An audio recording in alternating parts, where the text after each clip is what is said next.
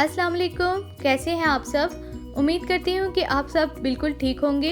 अल्लाह हम सबको अपने हिफ्ज़ो अमान में रखे, आमीन।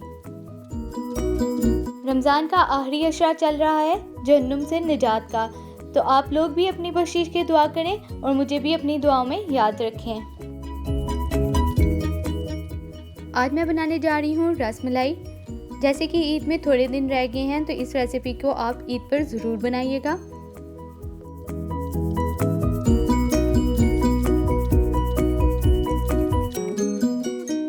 अगर आप चाहते हैं कि आपकी रसमलाई भी बिल्कुल परफेक्ट बने, तो इस रेसिपी को देखें स्टार्ट से एंड तक, ताकि कोई भी स्टेप मिस ना हो।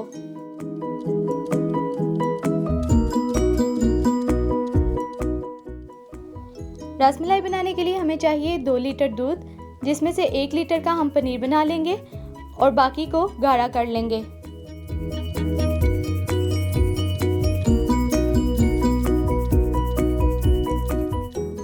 पनीर बनाने के लिए मैंने 1 लीटर दूध अलहदा कर लिया है।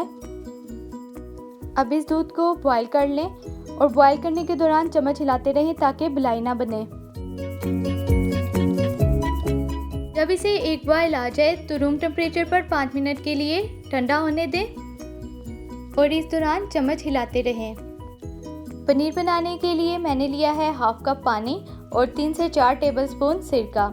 इस सिरके की जगह आप नींबू का रस भी यूज़ कर सकते हैं, लेकिन फिर उसे अच्छे से स्ट्रेन कर लें।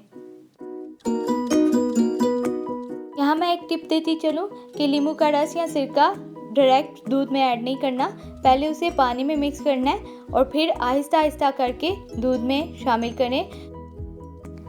देखिए मेरा ये दूध 4 टेबलस्पून सिरके से ही फट गया है। अगर आपका दूध ना फट रहा हो तो आप 1 से 2 टेबलस्पून सिरका बढ़ा सकते हैं, लेकिन सिरके को पानी में मिक्स करके ही दूध में शामिल करें। अब इस पनीर को स्टेन कर लें, जिसके लिए मैंने मलमल के कपड़े की डबल तह ली है। स्टेन करने के बाद इस मलमल के कपड़े की पोटली बना लें और फिर हल्के हाथ से प्रेस करें। बहुत ज़्यादा भी प्रेस नहीं करना, बस हल्के हाथ से प्रेस करके सारा पानी निकाल लें। अब इस पनीर पर 2 से 3 मरतबा टैप वाटर डालें ताकि सिरके का खट्टापन पनीर में से निकल जाए। जैसे कि वीडियो में नज़र आ रहा है, पानी डालते हुए इसे अच्छे से मिक्स करते रहें ताकि सारा खट्टापन अंदर से निकल जाए।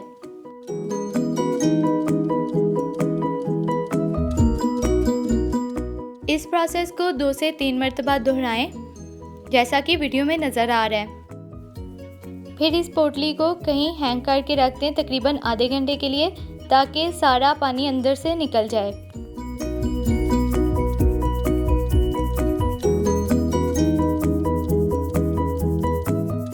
अब दूसरी तरफ जो हमने 1 लीटर दूध अलहदा किया था उसे पका लें। इसमें शामिल करें 3 से 4 सब्ज़ इलायची, 2 टेबलस्पून क्रश्ड पिस्ता और 2 टेबलस्पून क्रश्ड बादाम या हस्बे जायका आप ले सकते हैं। अब इसमें मैं ऐड कर रही हूँ ऑल पर्पस मिल्क 250 ml का। इस स्टेप को आप स्किप भी कर सकते हैं, लेकिन अगर आप ऑल पर्पस का मिल्क ऐड कर लेंगे तो ये बहुत ही ज़्यादा अच्छा बनेगा। इसे इतना पकाएं कि दूध आधा रह जाए। फिर इसमें 2 टेबलस्पून या हस्बे जायका चीनी ऐड करें और चीनी के मिक्स होने तक पकाएं।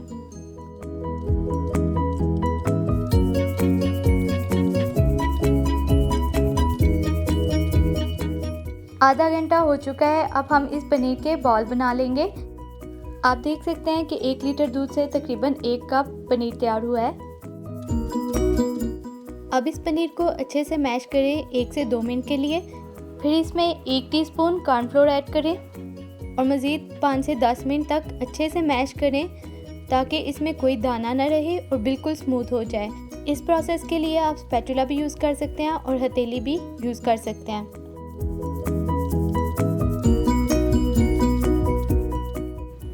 अब तकरीबन 5 से 10 मिनट बाद आप देख सकते हैं ये बहुत ही स्मूथ हो गया है, जैसे कि वीडियो में नज़र आ रहा है। अब हम इसके बॉल्स बना लेंगे। बॉल्स एक साइज़ के बनने चाहिए। बॉल्स की शेप आप अपनी मर्ज़ी से रख सकते हैं, चाहे तो गोल कर लें, चाहे इस तरह फ्लैट कर लें। बॉल्स बनाने के लिए आप स्पून भी यूज़ कर सकते हैं ताकि एक ही साइज़ के बॉल्स तैयार हों। बॉल्स बनाते वक्त इस बात का ख्याल रखें कि अंदर कोई क्रैक ना हो। बॉल्स बन गए हैं। अब हम इसकी चाश बना लेते हैं, जिसके लिए हमने 1 लीटर पानी या 4 गिलास पानी लिया है। इसमें 1 कप चीनी शामिल करेंगे और चीनी के मिक्स होने तक इसे पका लेंगे। जब चीनी मिक्स हो जाए और इस पर हल्के से बबल्स आने लगें तो इसमें ये सारे पनीर के बॉल्स डालें और 2 मिनट तक मीडियम फ्लेम पर पका लें।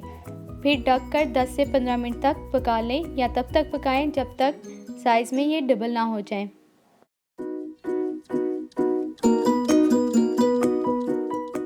इसे पकते हुए 2 मिनट हो चुके हैं। अब हम इसे ढक देंगे और तकरीबन 10 से 15 मिनट तक पका लेंगे। जब तक ये पक रहा है, एक बाउल में ठंडा पानी लें, इसमें आइस क्यूब्स डालें ताकि ये पानी अच्छा सा ठंडा हो जाए। देखिए रसमलाई बॉल्स साइज़ में डबल हो चुके हैं। अब इसे एक एक करके हम ठंडे पानी में शामिल करेंगे। इन रसमलाई बॉल्स को इसी ठंडे पानी में 15 से 20 मिनट तक रहने दें ताकि ये बॉल्स ठंडे हो जाएं। फिर इन्हें हाथ की मदद से प्रेस करके पानी स्क्वीज़ कर लें और किसी डिश में सेट करते जाएं।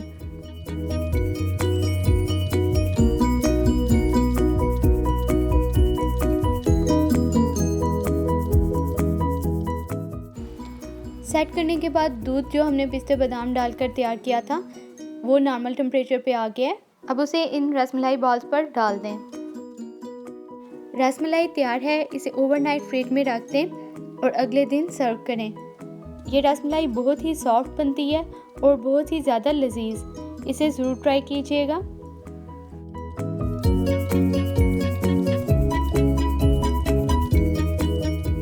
और अभी तक आपने मेरा चैनल सब्सक्राइब नहीं किया तो ज़रूर सब्सक्राइब करें और मेरी वीडियोस को लाइक और शेयर करें।